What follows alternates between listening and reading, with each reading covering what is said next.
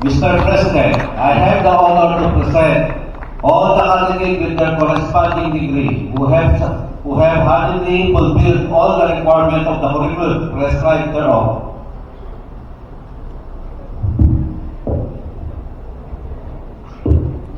By the virtue of the power and authority vested in me by the Board of Directors and Trustees of Merida Queen College of Quezon City Incorporated, as the Chief Operating Officer and the Chief Registrar, as witnessed by Dr. Annalyn P. Diaz, Chief Education Supervisor 2, I now make this confirmation that you are now full-fledged graduates in your respective bachelor's degree programs, academic year 2025-2026.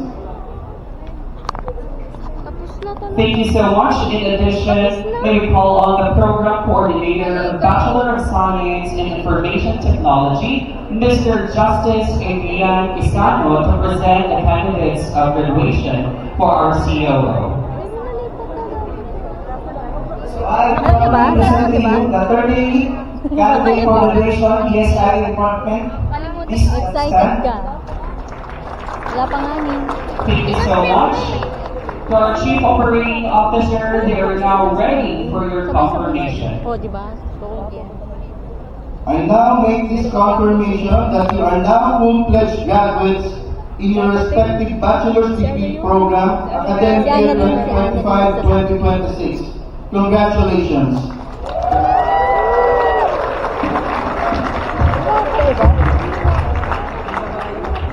Yung babae mong sasabi. O sige, yung tomboy na lang siya. Tapos na. Baka absent siya. Wala. Pati ba yung babae? Yung babae talaga. Baka absent siya, ma.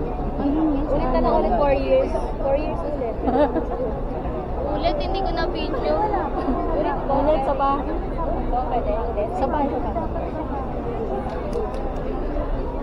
Sa ba, Thank you sir? so much. Ay, yung babae. Candidates for graduation moving on to speakers. Diba? Tapos na nga. We now move on to proceed with the distribution of diplomas, medals, and recognition of academic excellence awardees. Yeah.